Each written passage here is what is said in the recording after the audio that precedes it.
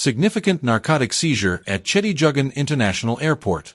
On Thursday, December 5, 2024, officers from the Customs Anti-Narcotic Unit, CANU, made a significant drug-related arrest while conducting routine searches at Cheddi Jagan International Airport, CJIA. During their duties, CANU officers discovered a quantity of cocaine strapped to the body of Keisha Green, a 29-year-old aviation security officer stationed at CJIA. Green, a resident of Lot 5 Grant Road, Soesdijk, EBD, was arrested along with 2.152 kilograms of cocaine. Further investigations led to the apprehension of Shaquille Thompson, a 28-year-old airport security officer also attached to CJIA and residing at the same address. A subsequent search revealed an additional 2.134 kilograms of cocaine, bringing the total seizure to 4.286 kilograms. CANU is actively continuing its investigation into this matter, and further updates will be provided as details emerge. This operation underscores the ongoing commitment of CANU to combat drug trafficking and ensure the safety and security of the nation's airports. Tragic death of Luis La Cruz in police custody raises serious concerns. Guyana News: the death of 28-year-old Luis La Cruz, a father of three, while in police custody has sparked outrage and demands for justice from his family and the community. La Cruz died on November 29, 2024, following a post-mortem examination that revealed he succumbed to a gunshot wound to the abdomen. La Cruz was arrested in connection with an alleged attempted murder of a police officer during a brawl at Stabroek Market on November 23. Eyewitness accounts indicate that he was not only a victim of the chaos that ensued but also faced neglect from the police after sustaining his injuries. Family members claim that he begged for help while in custody but was ignored. According to his sister, Julie La Cruz, he was asking for help and they laughed at him and even hit him in the head. "We want justice for the death of my brother." Reports suggest that a language barrier may have contributed to the police's failure to respond to his pleas for assistance. La Cruz's family is demanding answers as to why he was removed from the hospital, where he was being treated for his gunshot wound, and placed in police lockup. They question the circumstances of his death and the police's handling of the situation. The family alleges that La Cruz was not involved in any criminal activity but was present at the market with relatives when the altercation began. "My brother is not a delinquent. He went there to have a good time with family," Julie stated, emphasizing that the actual attackers fled the scene, leaving La Cruz and others behind to face the consequences. Following his death, Luis La Cruz's mother, an elderly indigenous Wara woman, was reportedly asked to sign a document she could not read, further complicating the family's understanding of the situation. The police have yet to provide a comprehensive statement regarding the circumstances of La Cruz's death. The Corporation Communications Department has been contacted for clarification but has not responded to inquiries. As the community mourns the loss of Luis La Cruz, they are calling for a thorough investigation into his death and accountability for those responsible. VP Jagdeo condemns opposition's efforts to undermine GECOM's credibility. Guyana News: Vice President Barrett Jagdeo has strongly criticized opposition parties and certain organizations for what he describes as a coordinated effort to discredit the Guyana Elections Commission, GECOM. Speaking at his weekly press conference, Jagdeo accused these groups of launching an audacious demonization campaign against GECOM aimed at undermining its credibility. "We have had quite a week of audacious demonization of GECOM, all with the motive of destroying its credibility in a patently unfair manner," Jagdeo stated.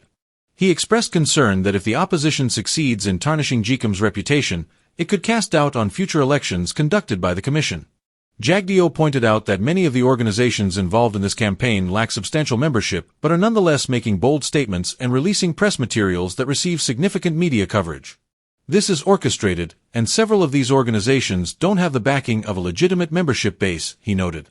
The vice president emphasized that the primary target of the attacks is GECOM chairperson Justice, Retted, Claudette Singh. Had the chair of GECOM not stood up in 2020, APNU would have succeeded in stealing the elections, and they are still bitter about that, he asserted. Jagdeo underscored the importance of restoring credibility within GECOM's secretariat by replacing certain personnel with qualified professionals. In recent days, several opposition parties, including the People's National Congress Reform, PNCR, the Alliance for Change, AFC, A New and United Guyana, ANUG, and the Guyana Trades Union Congress, GTUC, have publicly expressed concerns over GECOM's management and the actions of its chairperson. Jagdeo highlighted that the AFC has suggested a potential boycott of next year's general elections if Justice Singh remains in her position, citing her involvement in the handling of a parliamentary seat issue following the March 2020 elections. "The integrity of our electoral process is paramount, and we must protect GECOM from these unfounded attacks, Jagdeo concluded, calling for unity in defense of democratic institutions. Hughes responds to Jagdeo, calls for GECOM overhaul. News source Guyana, Nigel Hughes, leader of the Alliance for Change, AFC, has firmly responded to Vice President Barrett Jagdeo's recent accusations regarding the opposition stance on the Guyana Elections Commission, GECOM. At a press conference today, Hughes asserted that the governing People's Progressive Party, PPP, is the only party expressing confidence in the current state of GECOM. Hughes stated, "The only person who is expressing anything looking like confidence in GECOM at this stage is the People's Progressive Party. ANUG has clearly expressed its disappointment, and the People's National Congress has long called for the chairman of the Elections Commission to step down." Referring to GECOM's recent admission of a blunder, Hughes emphasized the urgency for leadership change, saying, "It is not possible or tenable for Ms. Singh to remain in that position." He criticized GECOM chairperson, retired Justice Claudette Singh, for her statement that she would resign on her own terms, arguing that it demonstrates a disconnect from public sentiment regarding the commission. "I know Justice Madam Claudette Singh has had a long and perhaps sterling career. However, her last act should not be one of refusal to step down after admitting to an error. In the best interest of this country and the integrity of our electoral authority, it is time for her to resign," Hughes urged. The AFC leader highlighted several missteps by GECOM that necessitate an overhaul before the upcoming elections. He called for immediate action to ensure a smooth electoral process, stating, "We must get the electoral preparations right to avoid difficulties as we approach the elections." Hughes also pointed out the serious issue of the current list of electors, which he believes requires urgent attention from the chairman. VP Jagdeo clarifies registration process for $100,000 cash grant for Guyanese living overseas. During a recent press conference, Vice President Barrett Jagdeo addressed the ongoing registration and distribution of the $100,000 cash grant, emphasizing that no registration services will be provided for eligible Guyanese living overseas. Guyanese citizens abroad have inquired about the possibility of registering for the cash grant at consulates or overseas locations. VP Jagdeo firmly stated, "Let me say again for people overseas. You have to register in Guyana and collect your check in Guyana." He clarified that while overseas citizens are eligible, they must be physically present in Guyana for registration.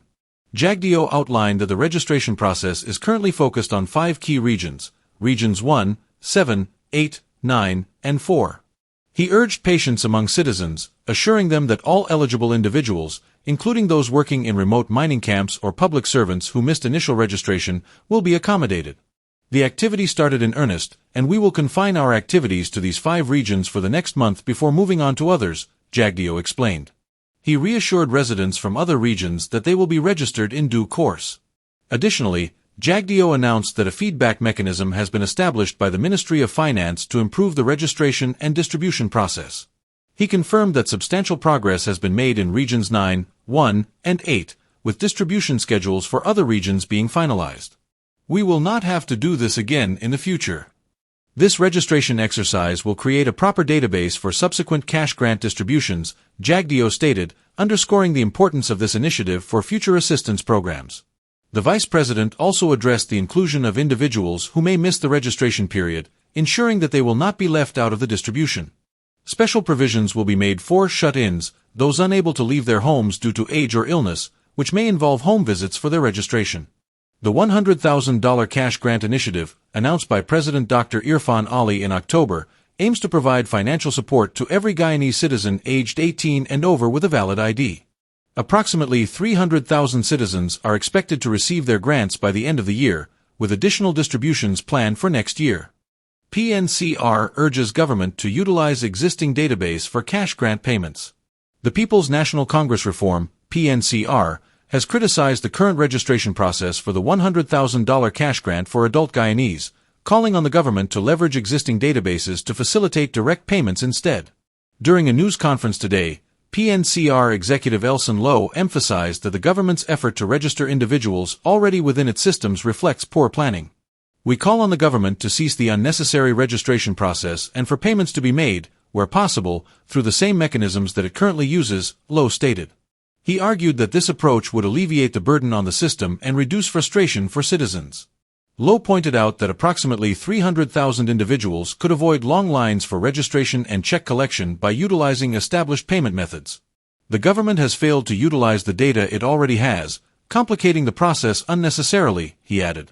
The PNCR executive highlighted that over 150,000 public servants and pensioners receive monthly payments through established government schemes, while a similar number of private sector workers are registered in the GRA tax system. These individuals possess tax identification numbers, TIN, unique identifiers that could streamline the payment process, Lowe noted. He also mentioned that many citizens already have ID cards and bank accounts, which would facilitate direct transfers. The government has initiated the cash grant program, with Vice President Barrett Jagdeo indicating a focus on Regions 1, 4, 7, 8, and 9, as well as pensioners and public servants. Jagdeo assured that individuals who missed the registration process would still have opportunities to benefit from the grant in the future. However, the PNCR is raising concerns about the confusion stemming from the current process. We are seeing increasing complaints from pensioners, public servants, persons with disabilities, and other citizens, Lowe stated. He cited long waiting times, inadequate communication, and operational inefficiencies at registration centers as significant issues. The elderly should not have to stand in the hot sun for prolonged periods, nor should pregnant women and people with disabilities be neglected in this process.